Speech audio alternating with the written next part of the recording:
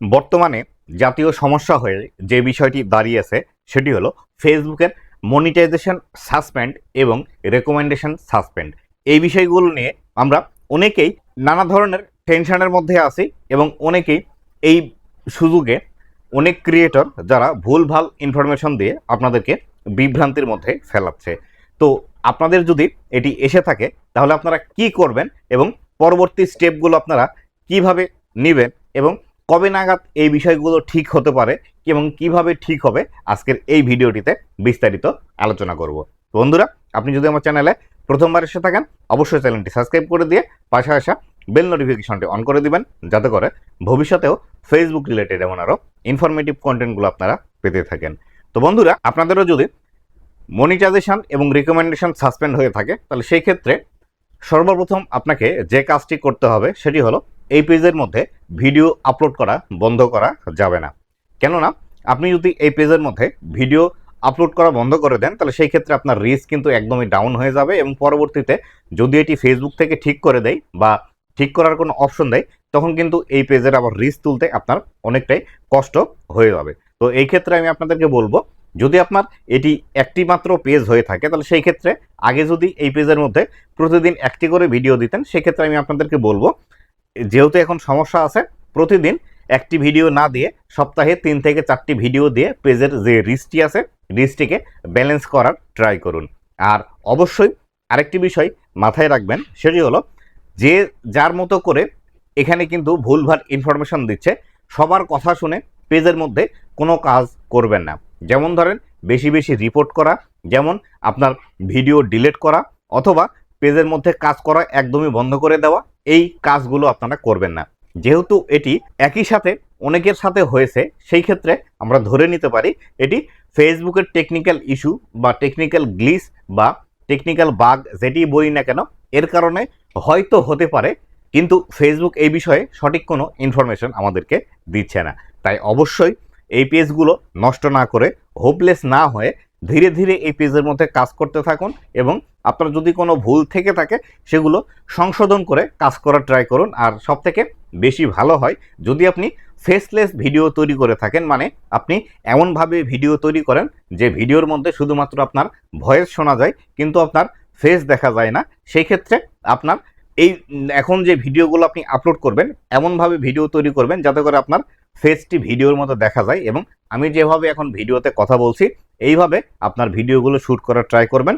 যখন আপনি video shoot করবেন তখনই যাতে আপনার ভিডিওর যে ভয়েসটি আছে বা ভিডিওর যে সাউন্ড আছে সেটি যাতে তখনই রেকর্ড করবেন। রেকর্ড করে এইভাবে কিছু ভিডিও আপলোড করে দেখতে থাকুন যে আসলে এখান থেকে আপনাদের কোনো সলিউশন আসে কিনা। আর যেহেতু একই সাথে অনেকের পেজের এই সমস্যাটি হয়েছে, পুরো বিশ্বজুড়ে প্রায় 40 থেকে 50 মিলিয়ন পেজের মধ্যে এরকম প্রবলেম হয়েছে, তো সেই ক্ষেত্রে এটি ফেসবুকের টেকনিক্যাল ইস্যু হতেই পারে, এটি কিন্তু আমরা বলতেই পারি। তাই অবশ্যই এটি নিয়ে এত বেশি চিন্তা করার কোনো কিছু নেই, কেননা এখান থেকে আমাদের করার কোনো কিছুই নেই ফেসবুক থেকে যতদিন পর্যন্ত ঠিক না করে দেয়। এখান থেকে আমাদের চিন্তা আসাই স্বাভাবিক, কেননা আপনাদের অনেকেরই এমন বড় বড় পেজ আছে যে পেজগুলো থেকে 500, 700, 1000, 1500, 2000 ডলার পর্যন্ত ইনকাম হতো। এই ইনকামটি হঠাৎ করে বন্ধ হলে স্বভাবতই এখান থেকে চিন্তার বিষয়টি আমাদের মাথায় আসতেই পারে। তাই আমি আপনাদেরকে বলবো, চিন্তা না করে একদম চুপচাপ বসে থাকুন এবং রেগুলার যেভাবে কাজ করছিলেন সেভাবে কাজ করতে থাকুন।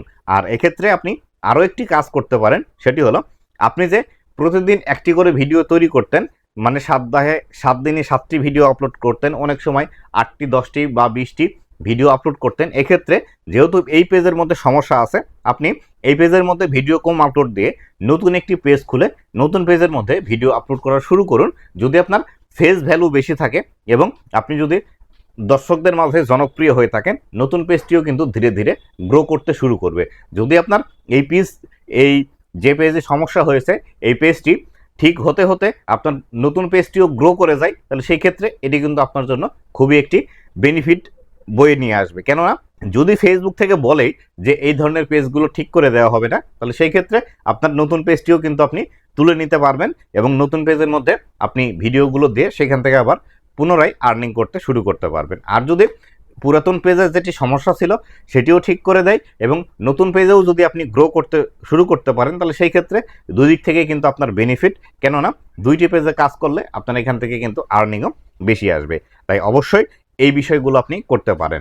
আর এটি ঠিক হওয়ার সম্ভাবনা আমি দেখছি, কেননা যেহেতু ফেসবুকের মধ্যে এটি প্রবলেম হয়েছে এবং ফেসবুক আমাদেরকে কোনো অপশনই দেয়নি বা আমাদেরকে নির্দিষ্ট করে বলেনি যে কী কারণে আপনাদের এই প্রবলেমটি হয়েছে, এবং এর মধ্যে কিন্তু দুইটি নতুন আপডেটও দিয়ে দিয়েছে এই যে প্রবলেমগুলো যখন থেকে শুরু হয়েছে। একটি হলো আপনি 3 লক্ষ ভিউজ কমপ্লিট করলে কন্টেন্ট মনিটাইজেশন পাবেন, এবং আরেকটি আপডেট হলো নতুন করে কিন্তু আবার ক্রিয়েটর স্টুডিও ফেসবুকের মধ্যে ফিরে আসছে। আপনারা যারা 2022 সাল 23 সালের দিকে কাজ করতেন ফেসবুকের মধ্যে, তার আগে যারা কাজ করছেন তারা কিন্তু ফেসবুকের যে ক্রিয়েটর স্টুডিওটি আছে এটি সম্পর্কে আপনারা ভালো জানবেন। যারা আপনারা নতুন ফেসবুকে কাজ শুরু করেছেন তারা ক্রিয়েটর স্টুডিও সম্পর্কে তেমন একটা জানেন না বা কখনো নামই শোনেনি। এই ক্রিয়েটর স্টুডিওর মধ্যে আপনার ভিডিওর যে অ্যানালিটিক্সগুলো আছে এবং আপনার পেজের মধ্যে সমস্যা আসলে কিভাবে সমাধান করবেন এই বিষয়গুলো কিন্তু দেখায়।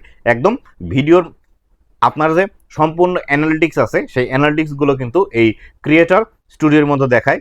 আপনার ভিডিওর পাবলিশ ডেট, আপনি কখন ভিডিও পাবলিশ করেছেন, কতগুলো ভিউজ এসেছে, কতগুলো ইমপ্রেশন দিয়েছে, কতগুলো মানুষ আপনার ভিডিওটি দেখেছে, কতগুলো মানুষ এখান থেকে লাইক কমেন্ট করেছে, এবং আপনার যে ভিডিও থেকে ইনকাম হচ্ছে এই ভিডিওটির আরপিএম কত বা সিপিএম কত, এই বিষয়গুলো কিন্তু বিস্তারিতভাবে আমরা ক্রিয়েটর স্টুডিওর মধ্যে দেখতে পাই। তো এক্ষেত্রে যেহেতু ফেসবুকের মধ্যে দুইটি বড় ধরনের আপডেট আসছে এবং এই দুইটিও কিন্তু মনিটাইজেশন সম্পর্কিত, সেই ক্ষেত্রে আমরা বলতেই পারি যে ফেসবুকের মধ্যে যে মনিটাইজেশন আমাদের প্রবলেম এসেছে, সাসপেন্ডের যে প্রবলেমটি, এই প্রবলেমগুলো ফেসবুকের এই মনিটাইজেশনের নতুন নতুন আপডেট নিয়ে আসার কারণে তাদের কোডিং মিস্টেক হচ্ছে বা তাদের যে কোডিংয়ের বিষয়গুলো আছে এগুলো কিন্তু ঠিকভাবে কাজ করছে না। এবং এর পাশাপাশি ফেসবুকের মধ্যে কিন্তু এআই ইন্টিগ্রেটেড করছে, এবং মোটামুটি আমি যেটুকু শুনেছি 5 থেকে 7,000-এর মতো কর্মচারী কিন্তু ফেসবুক থেকে ছাঁটাই করা হয়েছে এই এআইকে ইন্টিগ্রেট করার ফলে।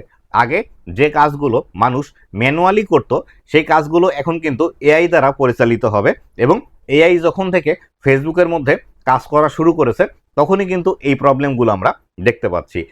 মোটামুটি মার্চ মাস থেকে এই আমাদের মনিটাইজেশন এবং রেকমেন্ডেশন সাসপেন্ডের এই বিষয়গুলো কিন্তু আমরা দেখতে পাচ্ছি। এই মার্চ মাস থেকেই কিন্তু এআই এই ফেসবুকের মধ্যে এই কাজগুলো সম্পাদন করতে শুরু করে। তো এরই পরিপ্রেক্ষিতে মার্চ, এপ্রিল, মে, জুন মাসে এসে কিন্তু গণহারে সবার কিন্তু পেজের মনিটাইজেশন এবং সাসপেনশন নিয়ে গেছে।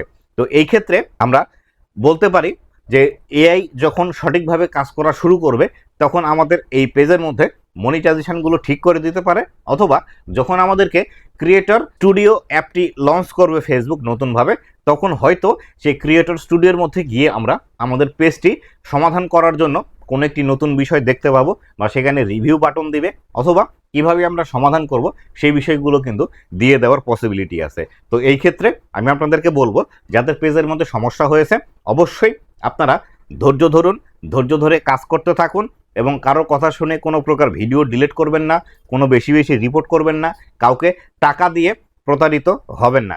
এগুলো বিষয় বর্তমানে কিন্তু কেউ আপনাকে ঠিক করে দিতে পারবে না।